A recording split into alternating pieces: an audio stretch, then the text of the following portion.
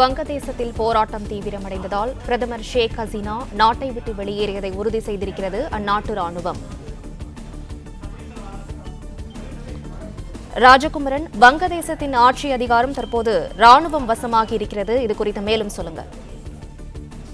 வங்கதேசத்தில் தற்பொழுது இடஒதுக்கீடு போராட்டத்தின் தொடர்ச்சியாக நடைபெற்ற பல்வேறு வன்முறை சம்பவங்கள் இனிமேலேனும் நிறைவுக்கு வருமா என்று எதிர்நோக்கக்கூடிய வகையில் அங்கு மாணவர்களுடைய போராட்டத்திற்கு பின்புலமாக ராணுவம் இருந்ததாக சந்தேகிக்கப்பட்டு வந்த நிலையில்தான் தற்பொழுது ராணுவம் வங்கதேசத்தில் ஆட்சியை அமைத்திருக்கின்றது.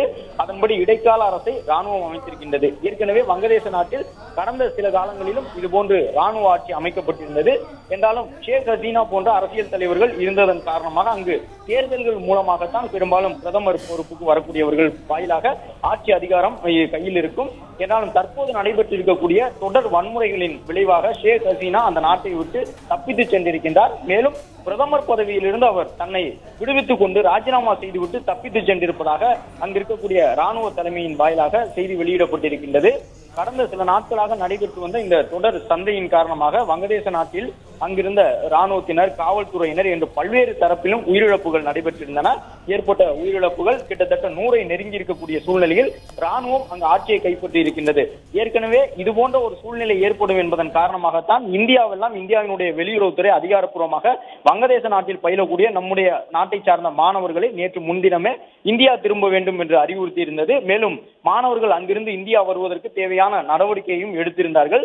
அதன்படி இந்திய மாணவர்கள் ஏராளமானோர் வங்கதேசத்தில் பயின்று வந்த நிலையில் அவர்களுடைய பாதுகாப்பை உறுதி செய்யக்கூடிய வகையில் இந்திய வெளியுறவுத்துறை பல்வேறு நடவடிக்கைகளை எடுத்து வந்திருக்கின்றது. கடந்த 4 வாரங்களாக தமிழகத்தைச் சேர்ந்த மாணவர்கள் உட்பட வங்கதேசத்தில் பயின்ற பல்வேறு மாணவர்கள் அயலக தமிழர் நலத்துறை போன்ற அந்த துறைகளின் மூலமாக இந்திய அளவில் ஒவ்வொரு மாநிலத்துக்கும் வங்கதேசத்தில் இருக்கக்கூடிய மாணவர்கள் மீட்டு வரப்பட்டிருந்தார்கள். தற்பொழுது வங்கதேச நாட்டில் ராணுவ ஆட்சி அமைந்திருக்கக்கூடிய சூழ்நிலையில் அடுத்த கட்டமாக அங்கு என்ன மாதிரியான நடவடிக்கைகள் எடுக்கப்படுகின்றது என்பதை இந்தியா உள்ளிட்ட உலக நாடுகள் உற்று நோக்கி இருக்கின்றன. தற்பொழுது ராணுவம் இடைக்கால அரசு அமைத்திருப்பதாக சொல்லி இருக்கின்றார்கள். அதற்கு அடுத்த கட்டமாக அவர்களுடைய திட்டம் என்னவாக இருக்கும் என்பதெல்லாம் தெரிய வரும். தற்போது நீதிமன்றங்கள் உட்பட அனைத்துமே வங்கதேச நாட்டில் மூடப்பட்டிருக்கின்றன. கடந்த திங்கள் முதல் புதன்கிழமை வரை அரசு விடுமுறை அறிவிக்கப்பட்டிருந்தது. அங்கு இருக்கக்கூடிய மொபைல் நெட்வொர்க் உள்ளிட்ட அந்த இணையதள சேவைகள் முற்று முழுவதுமாக முடக்கி வைக்கப்பட்டிருக்கின்றன.